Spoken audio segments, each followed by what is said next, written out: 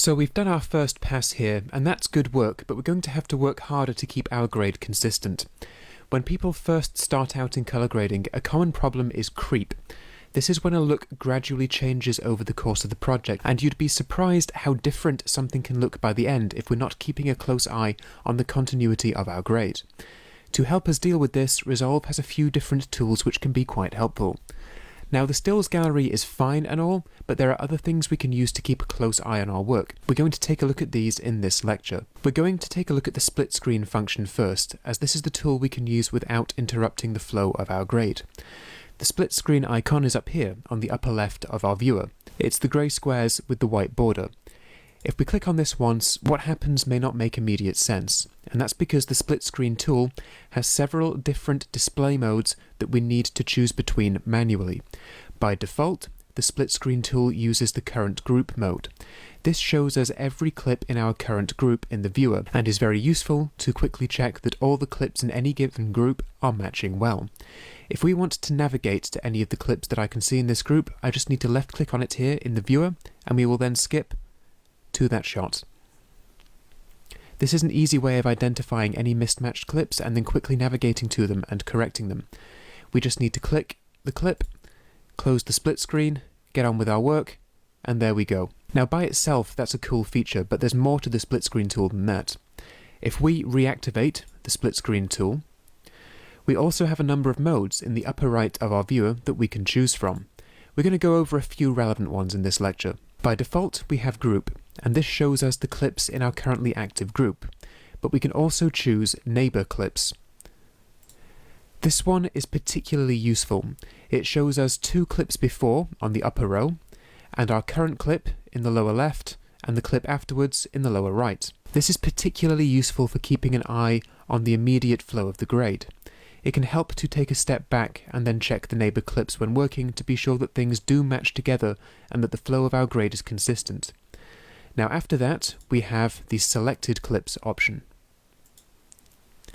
This lets us select a number of clips and then compare them to each other in the viewer, and to do this I need to control and click on a few different poster frames or thumbnails down here. And then I can see everything that I've selected, and I can left click to jump to whatever clip I want to by clicking on the thumbnail up here in the viewer. This can be useful if we have a troublesome part of a scene where the lighting changed between takes or different angles demanded different lighting setups.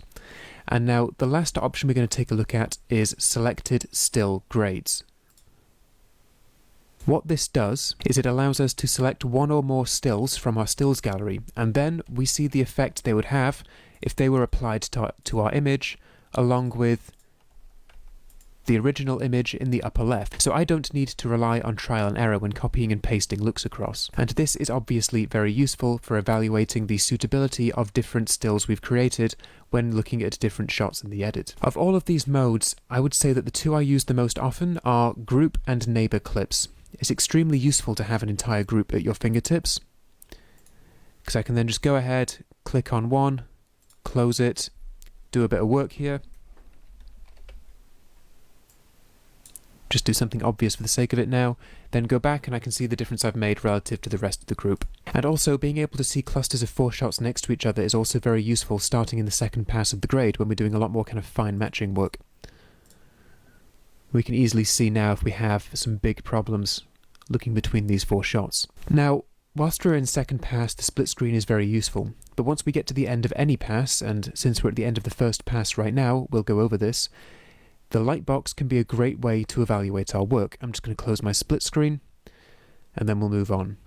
The light box icon is right in the top right of our screen up here in the colour panel, and when we click on this, what we actually see is the poster frame of every single shot in our timeline with whatever grades we have applied. This is by itself a great tool for evaluation, but we do always have to watch everything through twice before we deliver. Using this, we can look through any clips that don't seem to fit, we can navigate straight to them simply by clicking, then we can close the light box, and then we're here again on the timeline and in the viewer. As well as this, we can also filter out different clips. In order to get these filters, you hit this icon in the very top left up here, and then we can choose, I want to see only graded clips, I only want to see ungraded clips, I only want to see clips that I've worked on in the last 2 hours. Also, I can filter clips out based on flag colors. This is very, very useful in more complex projects. Let's say, for example, I have a few yellow flags hanging around. I can then filter them all out, and that's a really nice way to stay organized and then go ahead and work on what we need to do. Let's say a client only wants to see examples of certain shots. I can give them a pink or a purple flag, which aren't used for many other things, and then filter out the purple flags.